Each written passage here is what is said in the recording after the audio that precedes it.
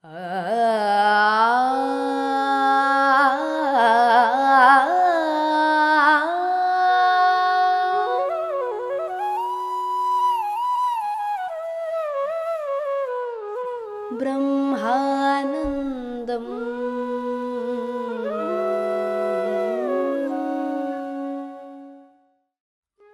नमस्कार दोस्तों, ब्रह्मानंदम शो में मैं आपका हार्दिक स्वागत करती हूँ। 1000 सीड्स ऑफ जॉय आनंद करनेश जी द्वारा रचित ये अद्भुत किताब, इस किताब से हम आपस में विवेक बांट रहे हैं। दोस्तों, आज हम जिस अध्याय के जरिए गुजर रहे हैं उसका नाम है फ्रॉम ईगो टू प्रिमोर्डियल जॉय, अर्थात अहम से ब्रह्मानंद तक। तो दोस्तों, आइए आनंद करनेश जी माँ से इस तीसरे चक्र के बारे में क्या प्रश्न पूछते हैं, देखते हैं। दोस्तों, हम सब जानते हैं तीसरा चक्र जो कि मणिपूरक चक्र कहलाता है, उसके बारे में माँ ने इस अध्याय में काफी विवरण पूर्वक हमें समझाया था। पिछले एपिसोड्स में माँ ने हमें ये भी बताया था कि किस प्रकार जब मणिपूरक चक्र किसी का खुलता है तो उसके लक्षण किस प्रकार के होते हैं, और जब ये ही मणिपूरक चक्र बंद होने लगता है तो उस व्यक्ति के लक्षण किस प्रकार के होते हैं। आइए दोस्तों, आगे बढ़ते हैं। यहाँ पर आनंद करनेश जी माँ से ये प्रश्न पूछ रहे हैं कि माँ, क्या आप अपने मानव अवतार के उदाहरण के जरिए हमें ये समझाएंगे कि जब आपका तीसरा चक्र खुला हुआ था तो आपके अनुभव किस प्रकार के थे। माँ के तीसरे चक्र के खुले रहने पर माँ ने जो अनुभव प्राप्त किया हम सुनते हैं। यहाँ पर माँ कहती है कि बेटा, मैं तुम्हें विस्तार पूर्वक ये समझाऊंगी कि मैंने किस प्रकार अपना तीसरा चक्र खुला रखा। तुमने मुझे अपने एक मानव अवतार को लेकर बताने के लिए कहा है, तो यहाँ पर लक्ष्मी जी अपने सीता अवतार के बारे में कह रही है, जब उन्होंने श्री राम के साथ इस भूमि पर अवतार लिया था। माँ कहती है कि ये उस समय की बात है जब मैं वनवास में थी, रावण के अशोक वाटिका में थी। मैं उस समय की बात कह रही हूँ।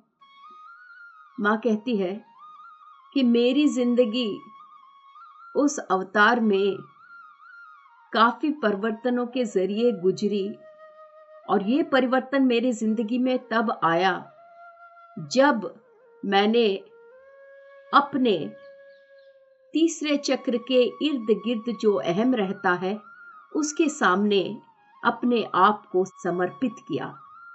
माँ कहती है कि जैसे जैसे मैं अपने अहम के आगे समर्पण करती चली गई, वैसे वैसे मेरे लिए मेरे जो कष्ट अनुभव थे अशोक वाटिका में जब माँ थी रावण के साम्राज्य में, तो दोस्तों हम सब जानते हैं कि वो माँ के लिए सबसे चुनौती पूर्ण समय था।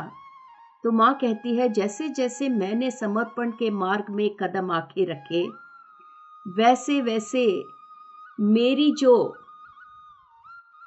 दुर्गम परिस्थितियां थी वो मुझे स्वीकार करने में आसानी हुई, और जैसे जैसे मैं वो स्वीकार करती गई, मैंने अपने आप को कष्ट परिस्थितियों में से बाहर निकलकर अपने आप को आनंद के परिस्थितियों में पाया।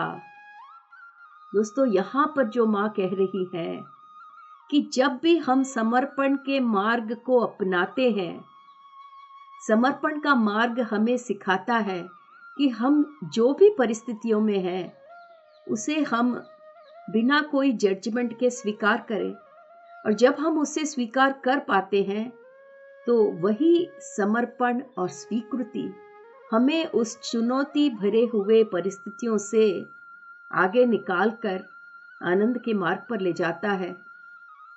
माँ कहती है कि उस जन्म में मेरे पास कई कलाएं थी, कई स्किल्स थे जो मैं उसका उपयोग कर सकती थी। और वो कैसे स्किल्स थे दोस्तों? माँ कहती है कि मेरे पास ये क्षमता थी, ये सिद्धि थी कि मैं जहाँ भी हूँ अपने गाइड्स को, मार्गदर्शकों तक मैं पहुँच सकती थी, उनसे मैं कम्युनिकेट कर सकती थी। और मेरे इस क्षमता के कारण ही मैं अपने गाइड से काफ़ी मार्गदर्शन प्राप्त कर पाई।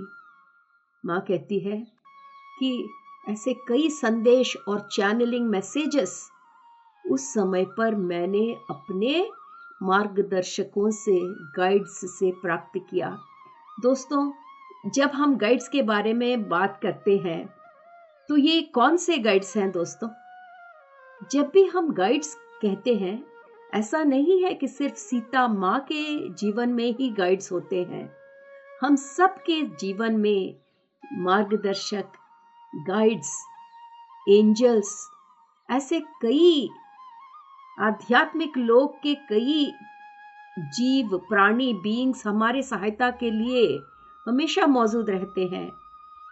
प्रश्न ये उठता है कि क्या हम उनके साथ संपर्क स्थापित कर सकते हैं या नहीं। माँ संपर्क स्थापना कर चुकी, क्योंकि माँ समर्पण के मार्ग में आगे बढ़ी। तो यहाँ पर माँ कहती है कि उन मार्गदर्शकों, उन गाइड्स के द्वारा जो मैंने संदेश प्राप्त किया उस समय, वो मेरे लिए काफ़ी सहायक सिद्ध हुआ। माँ अशोक वाटिका में थी, रावण के साम्राज्य में थी। तो माँ कहती है यहाँ मेरे लिए कोई कार्य नहीं था करने के लिए, तो इसीलिए मैंने अपना समय बहुत ही अच्छी तरह उपयोग किया। माँ कहती है कि जो भी समय मेरे पास था, मेरा पूरा फोकस मेरे तीसरे चक्र यानी कि मणिपूरक चक्र को संपूर्ण रूप से खुले रखने के लिए मैंने सदुपयोग किया। इसके लिए मैंने काफ़ी ध्यान किया। और यहाँ पर मुख्य रूप से माँ कहती है कि पौर्णिमा के दिनों में, पूनम के समय पर मैंने अत्यधिक ध्यान किया। माँ कहती है ऐसे पौर्णिमा के समय जब मैं ध्यान करती थी, तो ध्यान में मैं कितने पवित्र स्थल या पवित्र जलों के पास अपने आप को पाती थी। माँ ये भी कहती है कि उन दिनों मैंने अपने खाने पर विशेष ध्यान रखा, जितनी ज़रूरत थी उतना ही खाती थी। और इसके कारण मैं जागरूकता में रहती थी हमेशा। और जागरूकता में रहने के कारण प्रकृति से संबंध स्थापित करने के अवकाश मेरे पास बहुत ज़्यादा होते थे। प्रकृति से संबंध बनाए रखने के कारण मैंने प्रकृति से कई महान संदेश और शिक्षाएं सीखी। इसी समय पर मैंने कई मुख्य संदेश मैंने लिखे। और माँ ये कहती है कि जो संदेश मुझे प्राप्त हुए, उन संदेशों को मैंने अपने जीवन में आनंद प्राप्ति के लिए उसका सदुपयोग किया। माँ कहती है भले ही मैं रावण के साम्राज्य में थी, पर चूंकि मैं अपने तीसरे चक्र पर निरंतर कार्य कर रही थी, ये चक्र हमेशा खुला और क्लियर रहता था। ये तीसरे चक्र यानी कि मणिपूरक चक्र के खुले रहने के कारण मेरे जीवन में एक संतुलन बना रहता था। और इसी संतुलन के कारण मेरी जो सृजनात्मकता थी वो बिल्कुल चरम स्थिति पर रहती थी। सृजनात्मकता का मतलब है क्रिएटिविटी दोस्तों, जिसका तीसरा चक्र खुला और साफ रहता है। वो अपने सृजनात्मकता को भली भांति जान पाता है। माँ कहती है आनंद करनेश जी से और हम सब से कि बेटा, तुम लोगों ने इस लोक में जन्म लिया है, इस भौतिक लोक में, पर तुम इस भौतिक लोक के नहीं हो।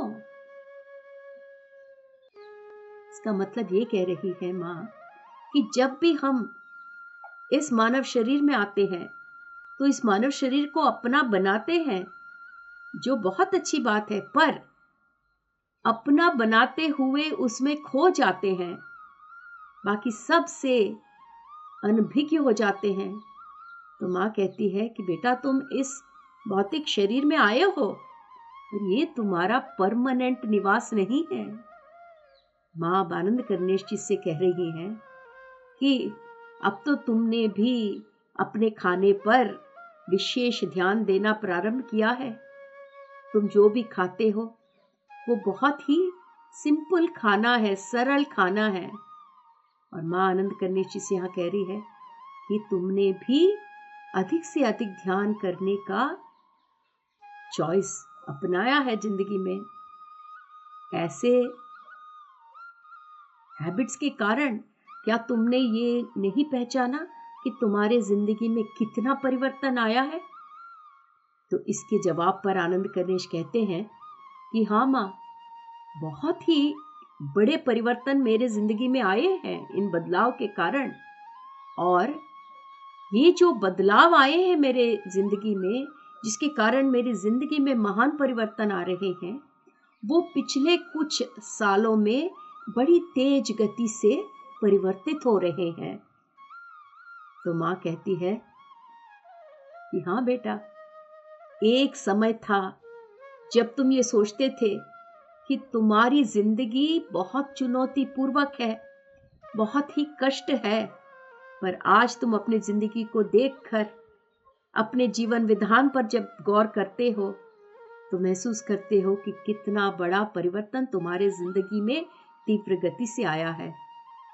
आनंद करनेश जी कहते हैं, हाँ माँ, मेरे जिंदगी में काफी कुछ बदला है और जिंदगी में काफी सारी चीजें आई हैं, और वो इसी चीज से आई हैं जिसे मैं कहता हूँ समर्पण। जब मैंने आपके प्रति अपने आप को अधिक से अधिक समर्पण करना शुरू किया तो मेरे जिंदगी में कई सुंदर परिवर्तन आए और उसके कारण मेरी जिंदगी एकदम आनंद से भर गई। माँ कहती है कि बेटा, हर एक के जीवन में मुश्किल आते हैं, पर ध्यान रहे कि सहायता मांगने में हिचकिचाओ मत। जब इस चक्र को खोलने का प्रयत्न तुम कर रहे हो तो इस चक्र के खोलने में मदद मांगो, क्योंकि मदद देने के लिए तुम्हारे गाइड्स हमेशा तैयार हैं। और ये ही नहीं, जब ये चक्र खुलता है तो इस चक्र के माध्यम से तुम्हारे जो गाइड्स हैं वो तुम्हें बहुत ही महत्वपूर्ण समाचार, तुम्हारे आध्यात्मिक पुरोगमन में सहायता करने वाले समाचार तुम्हें इस चक्र के माध्यम से तुम्हारे तक पहुंचा सकते हैं। माँ कहती है कि बेटा, इस चक्र के माध्यम से काफी आध्यात्मिक समाचार मनुष्य तक पहुंच सकता है। क्यों? क्योंकि भौतिक जिंदगी का प्रारंभ इसी मणिपूरक चक्र से होता है। माँ कहती है कि जब आत्मा एक बच्चे के शरीर में गर्भ में एंटर होती है तो वो इस चक्र के माध्यम से ही शरीर में प्रवेश करती है।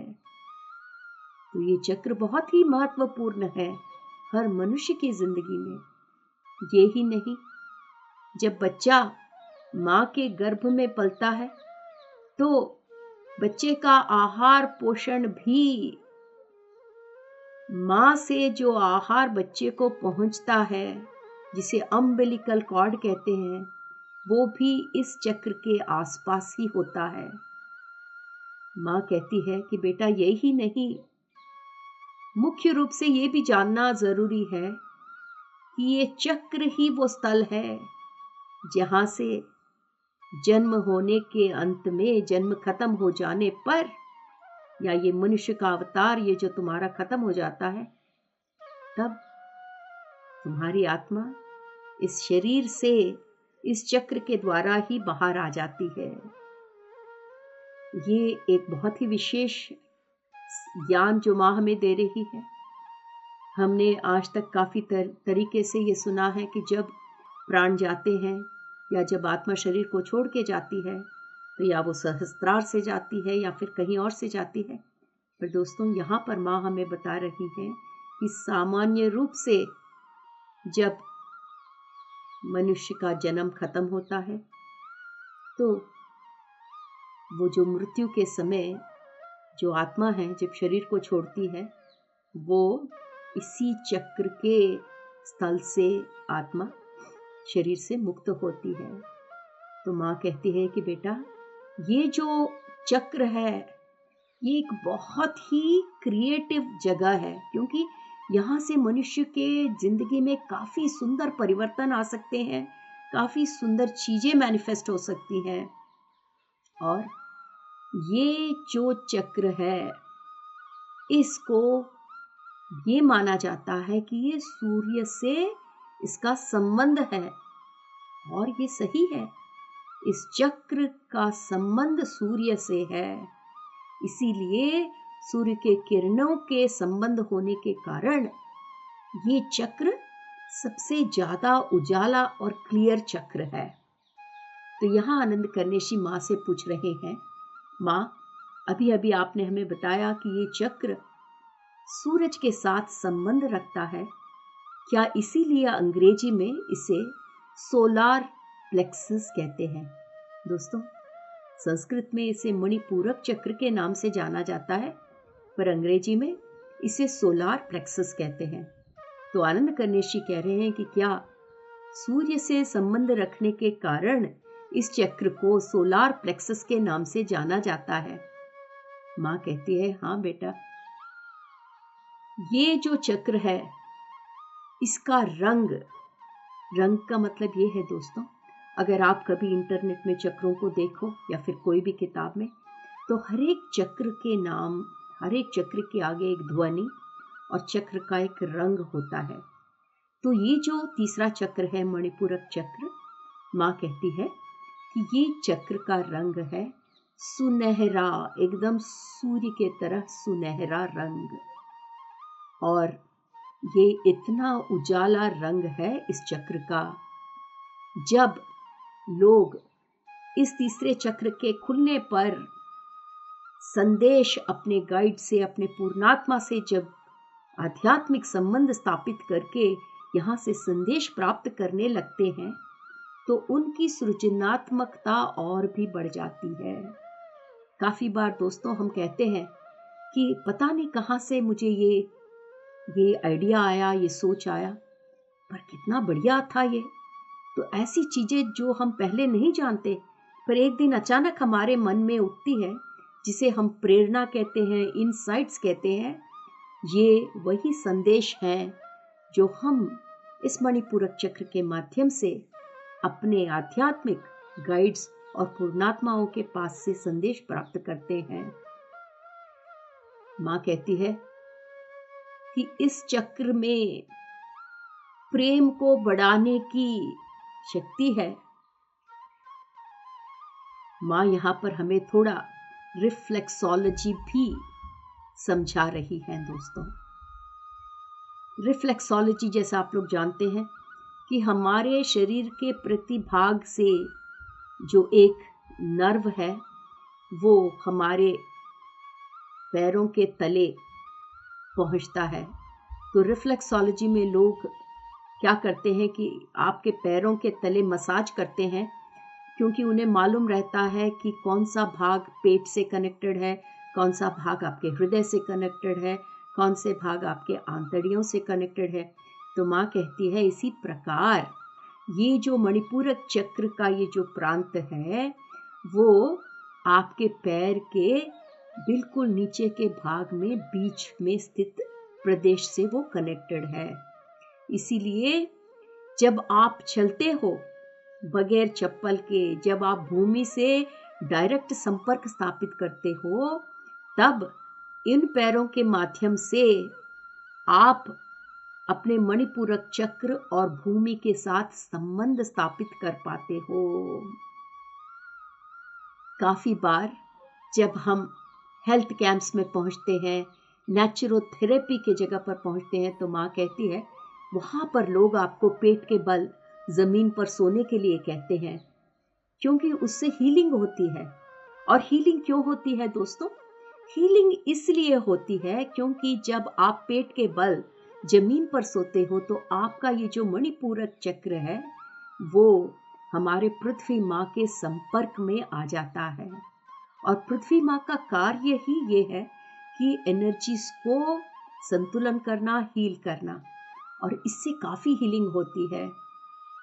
तो माँ कहती है कि अगर आप अपने चारों ओर गौर से देखो तो आपको ये समझ में आएगा कि जो पशु होते हैं जैसे कुत्ते, बिल्ली, अगर आप उन्हें देखें, अपने घर पे जो पालतू कुत्ते हैं, तो जब भी उनकी तबीयत ठीक नहीं है या अधिक से अधिक समय वो अपने पेट के बल धरती से संपर्क स्थापित करके समय व्यतीत करते हैं, तो जब भी उन्हें आराम करना होता है तो अपने पेट के बल जमीन से संपर्क स्थापित करके लेटे रहते हैं, क्योंकि उन्हें मालूम है कि उनके जो पेट के द्वारा जो धरती का कनेक्शन है उससे उनके एनर्जी हीलिंग होती है। तो माँ कहती है कि ऐसे कई जगह हैं जो हीलिंग, जहाँ हीलिंग होती है वहाँ पर जो नेचुरोपैथ्स और जो लोग होते हैं प्रकृति के द्वारा वैद्य करने वाले, वो आपको ऐसी चीजें करने के लिए एनकरेज करते हैं कि आप पेट के बल धरती से संपर्क स्थापित करके लेटे रहे। माँ कहती है कि ये ही नहीं, जब माएँ बच्चों को, जैसे जो नवजात शिशु होते हैं, उनको जब अपने पेट के ऊपर लिटाकर जब रहती हैं माताएं, तो वहाँ पर एक बहुत ही मुख्य चीज होती है। वहाँ पर ये होता है कि जब नवजात शिशु को एक माँ अपने पेट के ऊपर सुलाती है तो उनके जो मणिपूरक चक्र संपर्क में आने के कारण उस बच्चे के पास जो ब्रह्मानंद स्थिति होती है, उस ब्रह्मानंद स्थिति से माँ का संबंध स्थापित हो जाता है। और इस तीसरे चक्र के माध्यम से माँ उस बच्चे के ब्रह्मानंद से जुड़कर एक महान आशीर्वाद प्राप्त करती है। तो इसीलिए दोस्तों, जैसे आप यहाँ पर जितनी भी माएँ होंगी वो समझ सकती हैं कि किस प्रकार एक नवजात शिशु को अपने छाती पर या अपने पेट पर लिटाकर माएँ इतना आनंद का अनुभव क्यों करती हैं। तो यहाँ पर आनंद करनेश जी माँ से अगला प्रश्न पूछ रहे हैं। वो कह रहे हैं कि माँ, आपने हमें बताया था कि आपने जब मनुष्य का जन्म लिया तो आपके पास भी जो माएँ थी बहुत ही अच्छी माएँ थी। माँ कहती है हाँ, एक बच्चे के लिए उत्तम माँ का प्राप्त करना बहुत ही सौभाग्य है। ये तो बात सही है, पर एक बच्चे का माँ के समीप आना माँ के लिए भी एक बहुत बड़ा ब्लेसिंग है।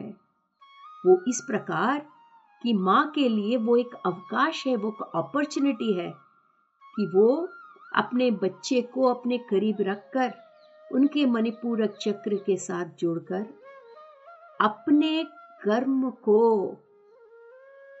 क्लियर कर सकती है। तो यहाँ पर एक अपॉर्चुनिटी है कि बच्चे के माध्यम से माँ अपने कर्म को क्लियर कर सकती है। तो ये बात तो बहुत बड़ी बात है दोस्तों। तो यहाँ पर आनंद करनेश जी माँ से फिर पूछ रहे हैं, तो माँ, इसका मतलब एक बच्चा अपने माँ को हील कर सकता है?